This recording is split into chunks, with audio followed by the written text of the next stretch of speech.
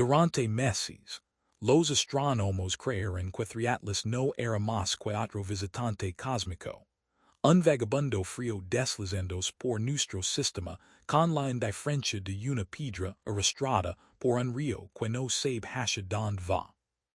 Era pequeño, era distante, era rápido, y aunque era misterioso, no se suponía que fuera importante, pero entonces los dados empezaron a susurrar, y esos susurros se convirtieron en patrons.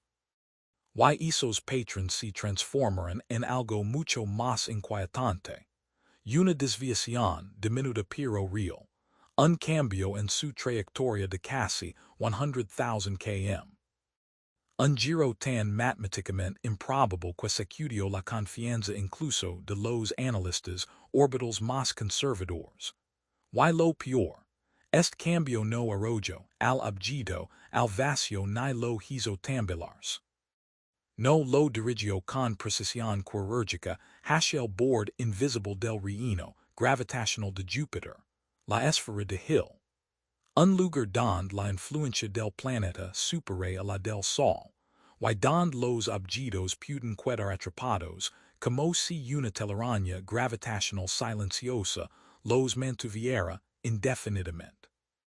Esto no debía ocurrir, ni naturalmente, ni fácilmente, ni estadísticamente. La probabilidad de un encuentro tan perfecto es de 1 entre 26,000. Un número tan bajo, que deja de parecer azar y empieza a parecer coreografía.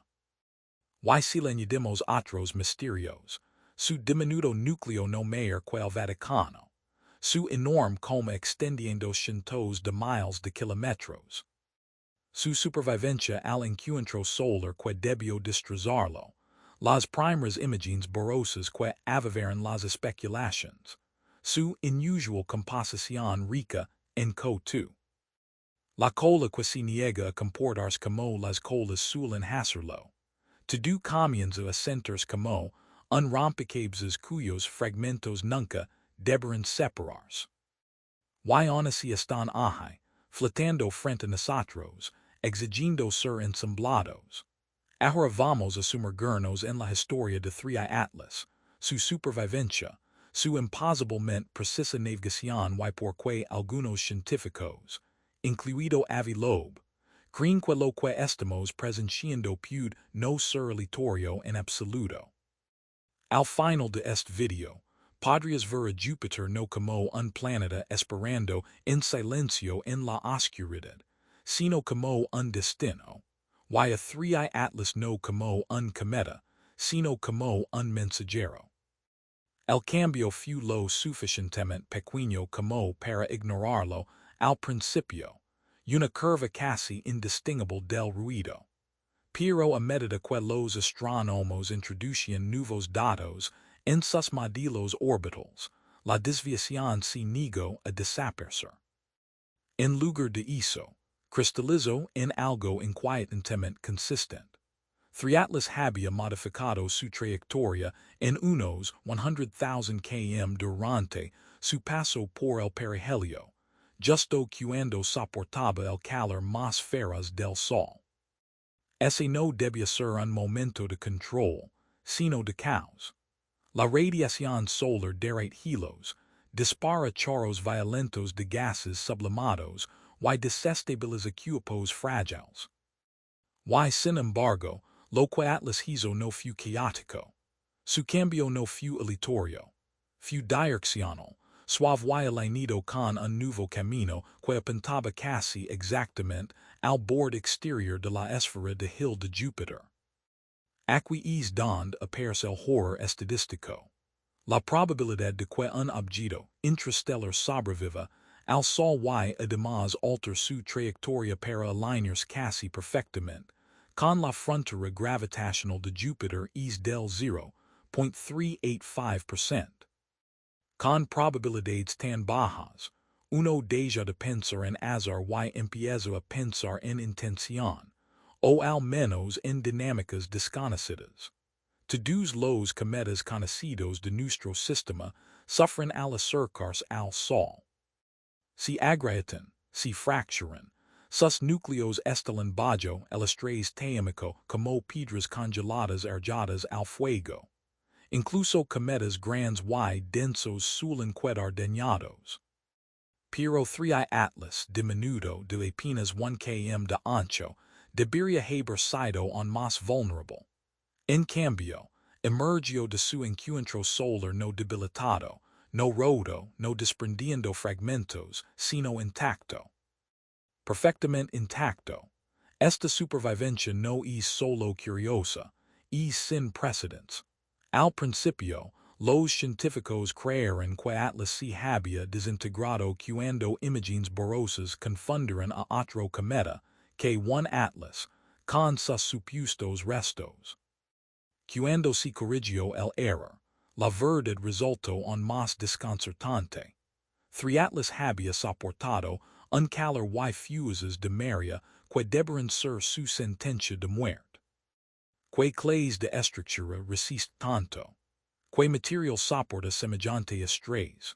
Porque un núcleo tan pequeño se comporta como algo diseñado, no como algo ensamblado, al azar en los helados confines de un sistema distante. Las primeras suposiciones describían a Atlas como un gigante intrastellar.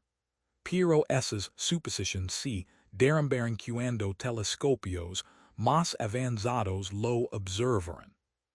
Bajo su extraordinaria como es un núcleo tan pequeño que desafía la lógica, menos de 1 kilómetro de diámetro, comparable al tamaño del Vaticano. Este descubrimiento lo reescribe todo. Un núcleo tan diminuto no debería producir una coma tan colosal, a menos que su composición esté saturada de hilos volatiles mucho más ricos que los encontrados en cometas de nuestro sistema. Esto abre preguntas profundas. ¿Cómo sobrevivió un objeto hacia el Sol? ¿Cómo genera un núcleo tan pequeño una coma más grande que 2 tierras? ¿Qué clase de química está en juego? Cuando un objeto intrastellar posee características nunca vistas aquí, se convierte en un mensajero de otro tipo de cuna planetaria, una con condiciones que crean estructuras y comportamientos para los que jamás estuvimos preparados. Quizá lo más extraño de 3 Atlas no es su núcleo, sino su atmósfera.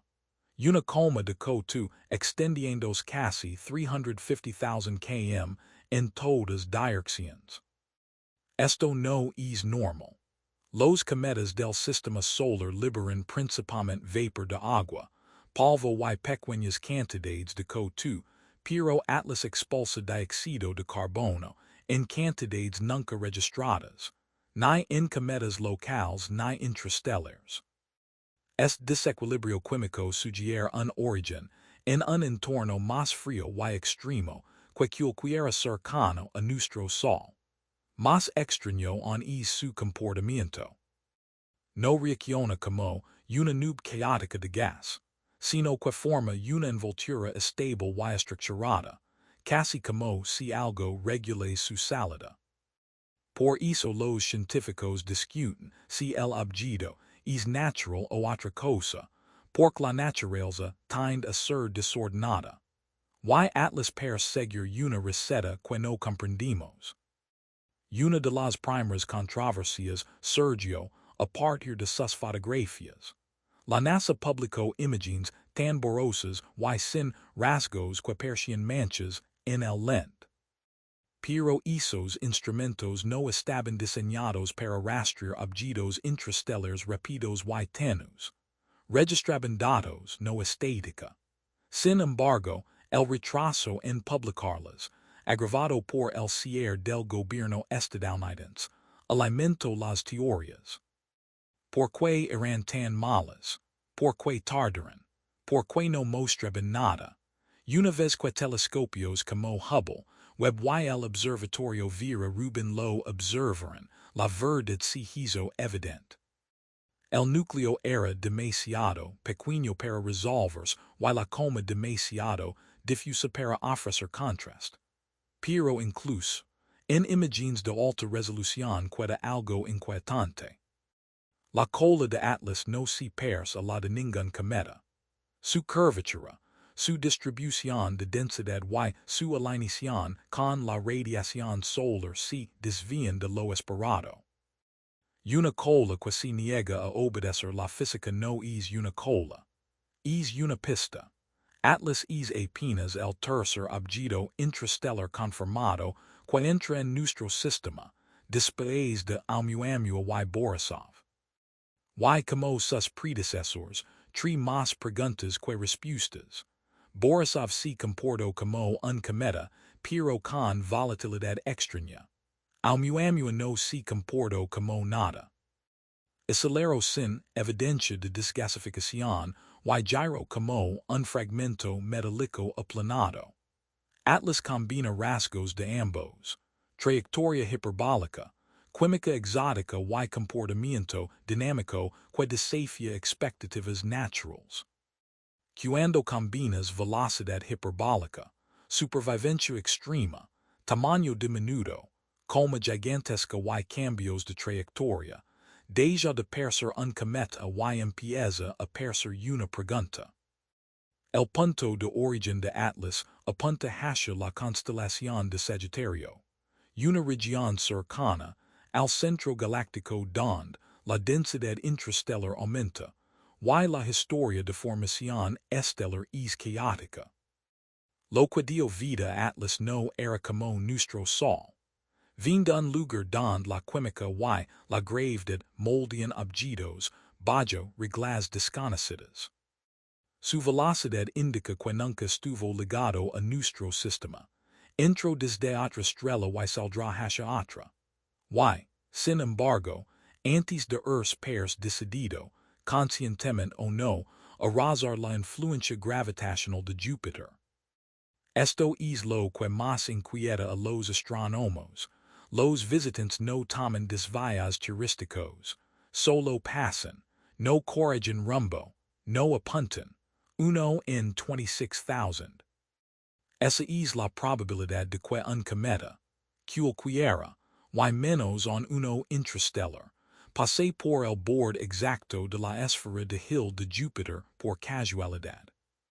1 en 26,000 no es solo pequeño, es sospechoso.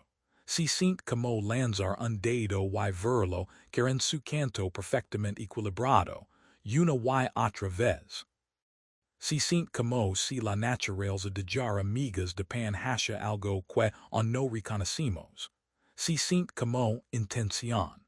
A los científicos no les gusta esa palabra, pero las probabilidades no mienten. Durante su acercamiento al Sol, Atlas experimentó una aceleración no gravitacional. La NASA lo atribuye a chorros naturales de gas escapando de su superficie. Comportamiento normal de un cometa. Pero el vector y la magnitud de ese impulso fueron tan precisos que alinearon el objeto casi perfectamente con la esfera de Hill de Júpiter. El calor del Sol debería haber provocado estalidos caóticos, no propulsión dirigida. Y, sin embargo, lo que ocurrió per's equivalente a una corrección de rumbo.